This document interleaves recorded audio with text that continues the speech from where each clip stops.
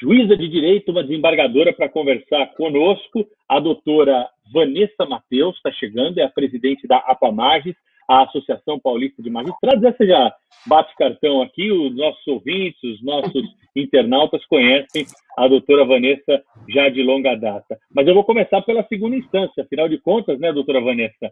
Manda quem pode, obedece quem tem juízo.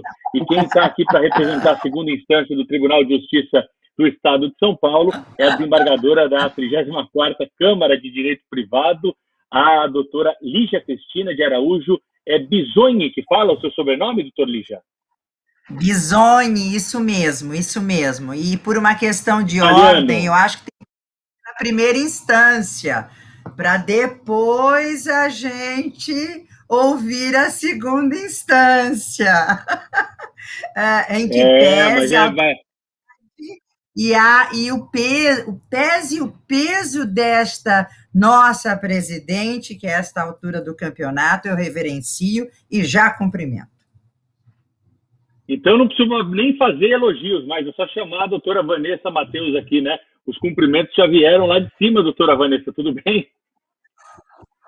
Pedro, obrigada mais uma vez por me receber aqui. De fato, estou ficando da casa, né? De tanto que venho aqui no programa. Mas é porque eu falo isso sempre. Eu gosto muito de participar desse programa, porque eu acho que a gente discute com um nível muito elevado, com muita técnica, com muita lealdade. Eu gosto muito desse cenário aqui de vocês. E cumprimento a Lígia, minha querida, uma unanimidade aqui no nosso tribunal. A Lígia é uma mulher forte, uma mulher que fala o que pensa, uma mulher que ocupa os espaços que tem para ser ocupados, que é isso que a gente vem falando há tanto tempo. As mulheres precisam ocupar os espaços, e a Lígia faz isso com maestria e com uma delicadeza ímpar. Então, muito feliz, Lígia, de estar dividindo esse espaço aqui com você e com o Pedro.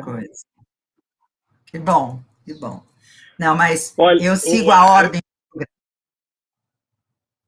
O que a gente está buscando com esse programa, né? Claro que não é só ficar falando sobre as experiências de cada um, mas também trazer aqui casos concretos que estejam relacionados ao papel da mulher, para encerrar essa semana, né, que foi, na verdade, essa semana toda, a Semana da Mulher. E tem um caso emblemático no Supremo Tribunal Federal, as senhoras, claro, estão acompanhando pela imprensa, essa questão que há muito tempo, né, vem, de alguma forma, surgindo em casos de violência contra a mulher, que é uma tese que foi levantada num dos julgamentos mais emblemáticos desse país, o julgamento de Dock Street, quando ele cometeu o crime contra a socialite Ângela Diniz, que é a tal da legítima defesa da honra. Parece que o Supremo Tribunal Federal está colocando um ponto final nessa discussão. Quero ouvi-las, né? Quem quiser falar primeiro aí, por favor, comece, a outra complementa, porque é um assunto importantíssimo dessa semana. Os ouvintes da Rádio Bandeirantes certamente têm muito interesse em ouvir a opinião das duas sobre essa questão, que me parece que caminha agora para o fim de uma discussão de anos. Vanessa, fica à vontade, eu acho importante. Olha, para nós foi um alívio essa decisão, sabe, Pedro? Porque a gente achava que esse assunto, que suscitar a questão da legítima defesa da honra, era uma questão ultrapassada. A gente achava, por mais que a gente soubesse que ele ainda pairava os nossos julgamentos, as nossas questões, a gente achava que era uma questão ultrapassada.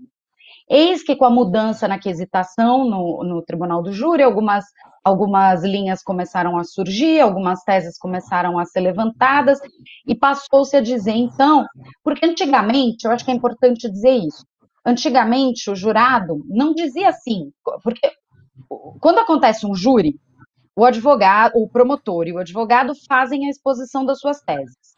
Antigamente, o que acontecia? O juiz, quando questionava os jurados, ele questionava assim, houve legítima defesa, fulano matou fulano, fulano é o autor, a arma do crime foi essa, fazia perguntas sobre fatos, porque o jurado não tem obrigação de entender de direito, ele tem obrigação de entender os fatos que foram expostos. A quesitação foi modificada e foi incluída uma pergunta. O júri absolve o réu? Sem que ele precisasse adotar uma tese. Então, o júri absolve? O o que aconteceu? Aconteceu de chegar alguns casos em que se falou assim, olha, a tese suscitada foi a da legítima defesa, mas a pergunta é, o júri absolve o réu?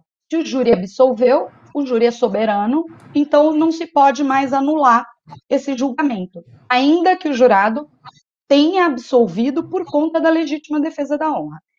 Isso para nós foi um golpe muito forte, sabe? Porque tudo bem, é óbvio que a gente tem a soberania dos vereditos, mas a gente tem a possibilidade de ter outro veredito, e a gente tem o princípio da dignidade da pessoa humana, da dignidade da mulher. A gente não podia mais aceitar esse tipo de tese em plenário. E aí agora, com o julgamento dessa DPF, a DPF 779, o Supremo deu um basta nisso. O Supremo falou que é inconstitucional suscitar essa tese. Então, a tese não pode mais ser suscitada, nem em júri, nem durante o processo, nem em inquérito, e já temos os 6 votos favoráveis, o que nos traz uma alegria imensa, ver o ministro Toffoli deu a liminar, inclusive, e agora a gente já tem os votos favoráveis. Isso nos traz uma alegria imensa, porque você enterra a de discussão dessa questão de suscitar legítima defesa da honra num plenário de julgamento, o que era já um absurdo. Muito bem.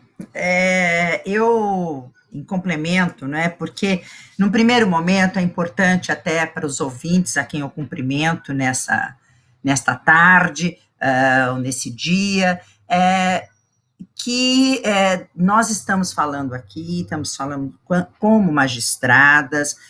No meu caso, por exemplo, eu não tenho autoridade na área criminal, é importante que se diga, eu sempre atuei na área civil, na área empresarial, mas isso não me afasta e nem poderia me afastar na qualidade de juíza e de advogada, que fui com muito orgulho durante 28 anos, de temas tão empolgantes nessa sociedade, né? E principalmente aqueles que dizem respeito à mulher, à minha pessoa, ao meu gênero.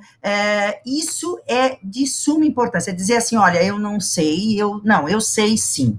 E essa questão da legítima defesa da honra, que eu, quando lá nos bancos de faculdade aprendi, veja bem, nos idos de 1974, e eu moro aqui em Campinas, naquela época eu morava, nasci, fui criada em São Paulo, mas eu me lembro em 74, o famoso e emblemático julgamento da mãe da Maitê Proença, né, que também foi um promotor público que matou-a, e a tese da legítima defesa. Eu estava em 1974, eu estava no 2º ano de faculdade, pode fazer as contas aí, 1974, os advogados o advogado que, aliás, saudoso e brilhante advogado, Valdir Troncoso Pérez, cujo filho hoje ocupa uma das cadeiras no órgão especial, foi meu colega de classe.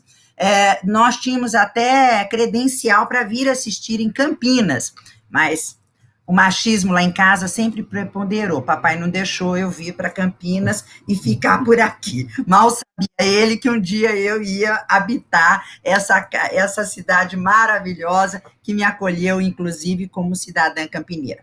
E essa tese também era discutida nos bancos da faculdade. E por que ganhou tanta relevância? Quando a doutora Vanessa, nossa presidente da Associação Paulista de Magistrados, invoca o júri popular, não é? E aí ela faz, inclusive, essas modificações, essas alterações, que nesse ponto eu digo, olha, que importante ela ter falado primeiro, porque ela conhece e ela vai transitando e abrindo um caminho para que eu possa explanar com mais segurança. Essa tese, para um júri popular, um instituto que é realmente reconhecido, está no ordenamento jurídico positivo, mas ele é a sociedade. E todas as vezes que essa tese foi repetida, e seja lá de que maneira ela tenha sido repetida, o que isso acontecia? Isso reforçava na sociedade a condição de inferioridade da mulher e que o homem poderia, em nome de sua honra, de sua grande honra e blindada honra, matar. Esse é o ponto que, nesse momento, eu chamo a atenção, e até estou utilizando, e não poderia ser diferente, eu faço repito o que ontem, dia 8 mesmo, eu ouvi a procuradora do Estado, doutora Ana Paula Zomer, falar com a maior propriedade em uma live, em uma webinar, sobre o papel da mulher. E ela foi que me despertou sobre essa cultura. Olha quantas vezes essa cultura foi reforçada, ela foi credenciada pelo júri popular. Então, a sociedade que respondendo ou a perguntas, ou dizendo se era inocente, ou se não era inocente, a sociedade, por essa cultura que foi tradição da família, em que o homem pode, e o homem tem essa honra, e ele tem como defendê-la, nós repetimos, e isso foi repetido ao longo do tempo. Hoje, acabou, não se fala, não é tese aceita, é inconstitucional, houve a inconstitucionalidade, é como se alguém arguísse isso e já saísse perdendo. Utilize outro argumento, menos esse. Então, é um avanço, é mais um passo, algumas pessoas sabem dos nossos passinhos de formiguinhas, entendeu? Mas nós temos que estar unidas e realmente repercutir. O trabalho que hoje nós estamos fazendo e levando a conhecimento aqui, por uma via de comunicação que vai chegar em muitas casas, é de suma importância. Realmente, não se fale em legítima defesa da honra para matar, para tirar a vida de alguém, seja lá quem for, e quiçá uma mulher. Muito bem, olha só, dois comentários, acho que no ponto, na veia do necessário aí, para a nossa audiência refletir, né, sobre esse ponto final que se dá nessa tese jurídica, que muito foi comentada nos bancos das universidades, né, também na mídia, por conta de casos de repercussão citados aqui. Eu citei o caso do Doc Street, e a doutora desembargadora lembrou do caso, né, do pai da Maitê Proença, que matou a mãe dela a facadas. É um crime que a Rádio Bandeirantes até tem uma ampla repercussão no seu arquivo aqui, e que certamente fará parte dos próximos programas do Linha Direta com a Justiça, quando tratarmos do assunto. Doutora Vanessa Matheus, hoje a legislação em geral, nós estamos vivendo uma pandemia, e dentro dessa pandemia tem uma outra pandemia, que é a violência contra a mulher. Os casos não param de chegar às delegacias de polícia, à justiça, violência doméstica, homem que bate em mulher. A legislação está com tempo para atender essa demanda, ou é preciso avançar ainda mais? Não está não, viu, Pedro? Não está, porque os crimes que a gente tem, os crimes que normalmente a gente verifica quando de uma situação de violência. Volto aqui a fazer essa observação. Nós realmente ainda falta maior, eu diria, na legislação, né? A legislação ela ser mais contundente, não ter muito espaço para alternativas, eu diria. E no mais, de outro lado, aqui eu quero reverenciar todas as medidas que são implementadas e continuam sendo implementadas com a participação, em especial, do nosso Poder Judiciário. Em que pese nós tenhamos, e a doutora Vanessa vai fazer essa fala, lacunas, não temos ainda disciplina própria, há uma falha no ordenamento, toda vez que se levanta a alteração de uma norma, toda vez que se dá um tratamento diferenciado, mas para se alcançar a igualdade, não é? Vozes da sociedade se rebelam. Mas, de outro lado, o judiciário faz a sua parte, porque o trabalho que o judiciário tem feito na última década, é realmente de se tirar o chapéu, vamos dizer assim, é de se tirar o chapéu. Primeiro, com a criação de locais específicos e preparados, multidisciplinares, para receber vítimas da violência doméstica. Segundo, comitês no próprio tribunal que participam diretamente dessa evolução, procurando saber o que está acontecendo em todos os setores, camadas sociais, e criando, na medida do possível, medidas concretas, desde uma forma para que essa mulher se sinta protegida, até aplicativos que estão inseridos aí na informática, no setor nos celulares, em que as pessoas podem com uma facilidade, porque nós avançamos muito em razão dessa transparência na comunicação, essa transparência que muitas vezes nos traz problema, e nós sabemos disso, mas de outro lado é uma ferramenta que utilizada em benefício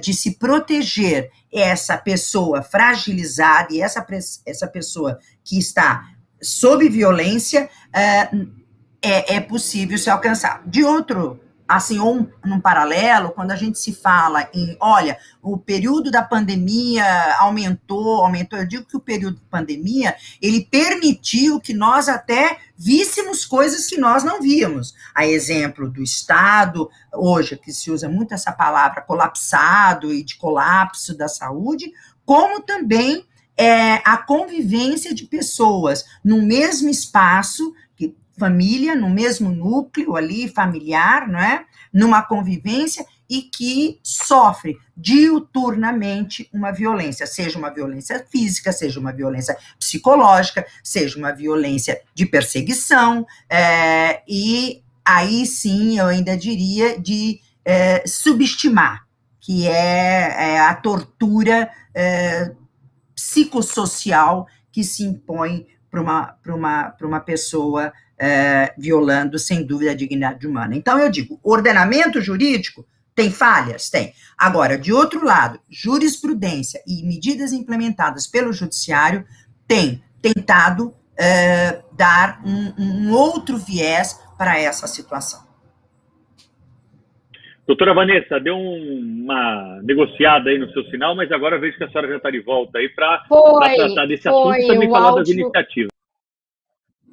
Eu perdi o som, para mim ficou travado, então eu não sei até onde eu fui. Mas, de fato, a gente tem uma legislação que não é suficiente, porque, na maioria das vezes, os crimes praticados nos casos de violência doméstica, eles isoladamente considerados, fora de um contexto de violência doméstica, são o que a gente denomina na legislação de crimes leves, crimes muitas vezes de menor potencial ofensivo. Então, veja, uma ameaça ocorrida na rua entre dois desconhecidos, ela tem um peso muito diferente de que uma ameaça praticada dentro de casa pelo companheiro contra sua própria esposa. Um tapa dado numa briga de bar tem um valor muito diferente do que um tapa desferido pelo marido na sua esposa. Então, a legislação clássica, pena, lesão corporal, injúria, ameaça, ela, considerada num cenário amplo, ela tem uma gravidade diferente do que os crimes praticados dentro do âmbito de violência doméstica. Então, é isso que se tem tentado fazer, que a gente tem tentado fazer nos últimos anos. Mostrar como o contexto da violência de gênero, não só a doméstica, mas a de violência de gênero, muda a gravidade do crime. Então, você tem eu vejo muitas pessoas falarem assim, eu acho um absurdo o feminicídio, porque a vida da mulher vale mais do que o homem. Não, não é por isso. É porque um crime, uma morte praticada pelo seu companheiro, pelo seu marido, ela tem uma relevância na sociedade muito mais intensa do que um homicídio comum. Não é porque a pessoa é mais importante, não é isso, óbvio que não é isso. O que a gente quer dizer é o seguinte, abala as estruturas da sociedade como um todo, abala a estrutura familiar, além do bem da vida, ele abala toda uma estrutura familiar. Então, a gente tem o aumento de pena decorrente do feminicídio. A gente tem um projeto de lei em que a gente quer um aumento de pena, que ainda não é suficiente, da lesão corporal no âmbito doméstico, contra a mulher em virtude do gênero.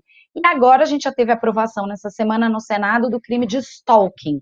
A gente fala stalking porque é o nome que é conhecido, não tinha no Brasil, agora ele tem um nome, chama perseguição obsessiva. É um crime, olha só, quando você não tinha esse crime, você tinha aquelas... Você já deve ter visto, Pedro, em reportagem, quando você vai falar assim, que uma mulher foi assassinada, você vai falar assim, ela tinha feito vários BOs. Mas aí você vai ver os BOs, é assim, ele apareceu na porta do meu trabalho, ele fica me ligando sem parar, ele entrou no meu Facebook. Na legislação que a gente tem, nada disso é um crime grave, nada disso gera uma pena. O juiz não podia fazer nada com isso, porque isso não era ficar perseguindo uma pessoa na porta do trabalho dela, por incrível que pareça, não é um fato penal relevante. Só que quando isso ocorre no âmbito de um relacionamento, isso é muito diferente. A gente está antevendo um resultado morte. A gente está antevendo um resultado de violência. E com as penas antigas não tinha nada que podia ser feito. Agora tem. Agora a gente tem um crime de perseguição obsessiva, que é justamente isso. Ficar na porta do trabalho, ir na porta de casa, perseguir nos meios digitais. E se for em razão do gênero e dentro de um contexto de violência doméstica, a pena ainda é aumentada. Então, a gente comemora muito esse avanço na legislação. E é óbvio, e aí só para não finalizar dizendo que eu acho que a lei penal resolve tudo, é óbvio que não, a gente tem uma série de outras iniciativas, as que a Lígia falou, das iniciativas do tribunal, tem as iniciativas de esclarecimento do agressor, repensar, estudar, conscientizar, escolas. É óbvio que é disso que a gente depende para mudança estrutural, para mudança da sociedade, não é a pena, mas acontecendo, agora a gente está buscando uma legislação penal compatível. Doutora Lígia, empoderamento feminino, é uma palavra grande, mas na prática, assim, o que ela... A mulher consegue estar onde ela é hoje, inclusive no judiciário? Bom, primeiro que às vezes tem pessoas que ouvem essa palavra empoderamento e nem gostam, entendeu? Que história é essa de empoderamento, né? Pois bem, eu não estou aqui para ficar falar sobre a etimologia da palavra, nem nada. O que se quer dizer com isso? Se quer, pelo menos, alertar que as mulheres estão sim lutando pelos seus espaços, e lutando pelos seus espaços por competência, por qualificação, por inteligência, por serem cultas, por se prepararem e guerreiras. Guerreiras no sentido que as nossas armas são exatamente essas que falei, que, aliás, são as armas de um bom profissional, são as armas que todos precisam para conquistar o seu espaço, mas que até pouco tempo, né, até pouco e bem pouco tempo, elogiar uma mulher é dizer que ela é bonita.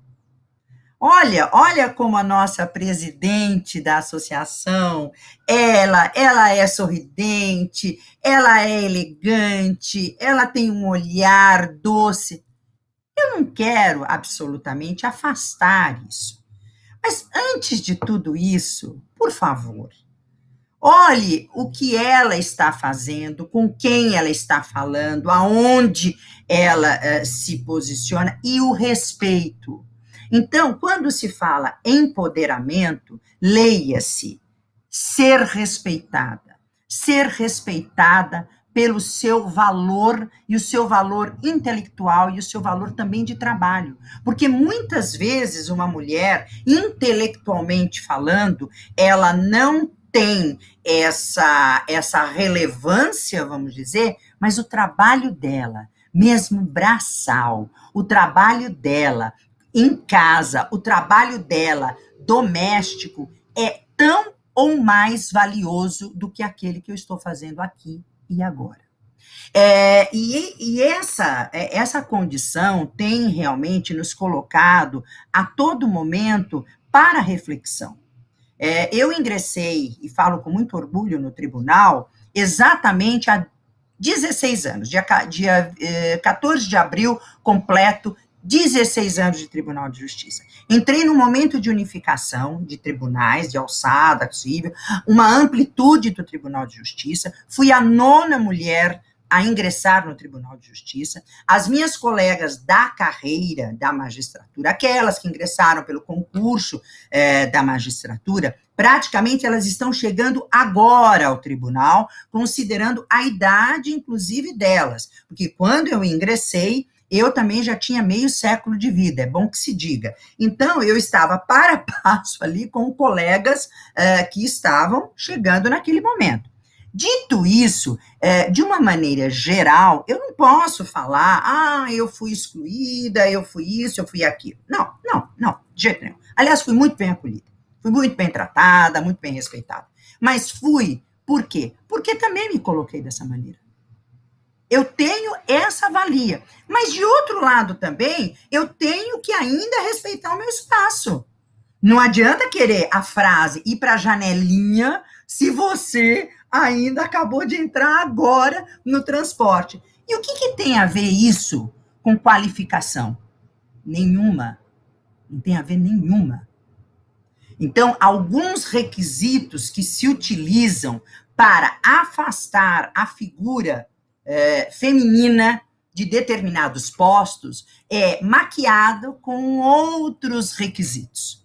Mas eu acredito, e principalmente quando eu vejo que uma presidente de associação estadual, uma presidente nacional chega a esses postos, é o que me dá força para estimular as mais jovens a continuar realmente nessa luta e continuar na qualificação, continuar aprendendo, continuar estudando, continuar olhando o social, a sua responsabilidade social, e não só o seu discurso. Então, o empoderamento, ele tem que ser irradiado dentro da sua casa, para os seus pequeninos, se mãe você for, se você não for mãe, vá para os seus sobrinhos, se você não tiver sobrinhos, vá para os filhos dos seus vizinhos, é esse trabalho, vá e diga para pessoas mais simples, forme a opinião delas com relação a essa função social que a mulher precisa exercer, com respeito, dignidade e, obviamente, respeitando todas as ideias, mas não deixando passar, em nenhum momento, em nenhuma situação, aquilo que nos incomoda. Se incomoda, fale. Eu cheguei num tribunal e eu posso dizer muitas em prol desse empoderamento, dessa igualdade, afastava qualquer menção à discriminação. Aliás, é também um recurso que ainda se utiliza, não revelar uma discriminação para poder ter a maioria em seu favor, porque a maioria ainda é de pessoas que é o gênero masculino. Então, é claro, como até uma medida de política, uma medida de estratégia. Eu não vou exatamente bater em quem pode me acolher. Oh, meu Deus do céu, isso já é um fator de inteligência, eu acho que tem que se usar. Então, não é um discursinho, isso não é discursinho. Agora, dizer que não existe, claro que existe. E como existe? Existe na delicadeza, às vezes, de uma frase, mas existe. Mas eu volto a insistir, eu acredito muito no enfrentamento, mas no enfrentamento com fundamento, com conhecimento e com um silogismo, e não simplesmente um discurso vazio, casuístico, ou como acabei dizer, porque cheguei, estou na janelinha, você está na janelinha, ou coisa parecida, essas construções que não levam absolutamente a nada, porque tem mulheres, inclusive no nosso tribunal, que já mostraram para o que vieram. Doutora Vanessa, vou contar com o seu poder da síntese aí para a senhora entrar no assunto e a gente encaminhar aqui para a despedida, está chegando nossa hora. Por favor, doutora Vanessa. Eu vou encerrar muito rapidamente, só trazendo um dado que eu acho importante disso, do que a Lígia falou, da chegada das mulheres no Poder Judiciário. Muito se diz que no Poder Judiciário, todas as nossas promoções são por antiguidade. A gente ocupa os postos por antiguidade. Então, você não tem, no Poder Judiciário de São Paulo, você não pode dizer que uma mulher é afastada de um cargo por ser mulher, porque se ela for mais antiga, ela vai para aquele cargo. Agora, olha só, nós estamos no concurso 188. Então, foram 188 concursos até hoje no Tribunal de Justiça de São Paulo. O primeiro concurso foi em 1922, o último foi em 2019, que eles tomaram posse agora em 2021. Até o concurso 145, nenhuma mulher foi aprovada no Tribunal de Justiça de São Paulo. Isso significa que nenhuma mulher tinha mérito até 1981, que foi quando ocorreu o concurso 146? É óbvio que não, e eu acho que a gente concorda nisso. Então, nós temos, de 1922 a 1981, 145 concursos, uma única mulher aprovada. E de 1981 para cá, todos os concursos passaram a aprovar mulheres, só 4 com mais mulheres do que homens. O que isso significa dizer? Nós somos 38% da magistratura de São Paulo, o que é absolutamente normal, dado o lapso de tempo em que nós levamos para ingressar. Mas nós não ocupamos nenhum cargo na cúpula do Tribunal de Justiça. E o que isso significa? Que não se participa das decisões administrativas de organização do tribunal. Então, eu acho que essa é uma reflexão que a Lígia fez e que eu concluo com esses números. Eu acho que a gente tem que refletir que tem mérito, sim, a gente vai chegando, mas a gente tem aí um atraso de 145 concursos, de 60 anos de história, em que houve uma discriminação evidente, clara, demonstrada e que precisa ser discutida para que a gente não perpetue essa desigualdade. Então, olha, Pedro, agradeço demais você ter jogado luzes nessa questão, agradeço demais ter participado do programa nessa semana e agradeço demais você ter me deixado aqui ao lado da desembargadora Lígia, que é uma pessoa que eu tenho uma baita de uma admiração. Então, obrigada, agradeço a todos que se dispuseram a nos ouvir por esse tempo. Doutora Vanessa, a senhora vem sempre ao programa, não é à toa, né? Sempre participa com muito conteúdo, enriquece o nosso debate aqui no Linha Direta com a Justiça, vai voltar certamente para debater outros temas conosco. A doutora Vanessa Matheus é a presidente da APAMAGES, é a Associação Paulista de Magistrados, que participou conosco ao lado da doutora Lígia, desembargadora do Tribunal de Justiça de São Paulo, a quem eu também agradeço muito a presença hoje aqui no programa. Foi muito bom conversar com a senhora, viu? Um prazer aí conhecê-la e discutir essas questões que estão aí na ordem do dia aqui na Rádio Bandeira. Muito obrigada, muito obrigada. Eu só peço desculpa de ter avançado no momento, mas de qualquer maneira a gente fica entusiasmada, mas eu quero, Pedro, também deixar aqui os meus agradecimentos e, claro, estar ao lado da nossa presidente é muito bom e mais do que tudo isso, quando eu olho que é uma jovem que caminha a passos largos e firmes. E eu tenho certeza que eu vou aplaudi-la muitas vezes na minha vida. Muito obrigada.